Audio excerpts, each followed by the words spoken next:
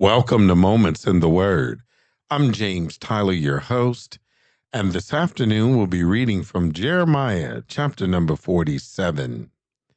The word of the Lord that came to Jeremiah the prophet against the Philistines before that Pharaoh smote Gaza. Thus saith the Lord, Behold, the waters rise up out of the north, and shall be an overflowing flood, and shall overflow the land, and all that is therein, the city, and them that dwell therein. Then the men shall cry, and all the inhabitants of the land shall howl at the noise of the stamping of the hoofs of his strong horses, at the rushing of his chariots, and at the rumbling of his wheels. The fathers shall not look back to their children for feebleness of hands, because of the day that cometh to spoil all the Philistines, and to cut off from Tyrus and Sidon every helper that remaineth.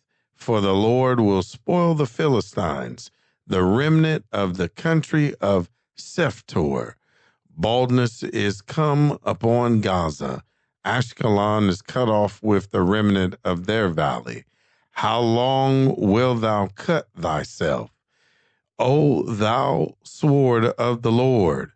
How long wilt thou be ere thou be quiet? Put up thyself into the scabbard, rest and be still. How can it be quiet, seeing the Lord have given it a charge against Ashkelon and against the seashore? There have he appointed it. As we turn and we look at the context of this text here, we see that it does give us another, once again, strong message, and that is God's judgment sweeps over nations like an unstoppable flood.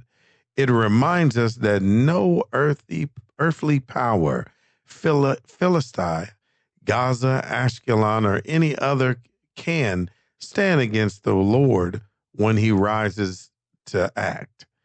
Yet the chapter also reveals a deep truth fulfilled in Jesus.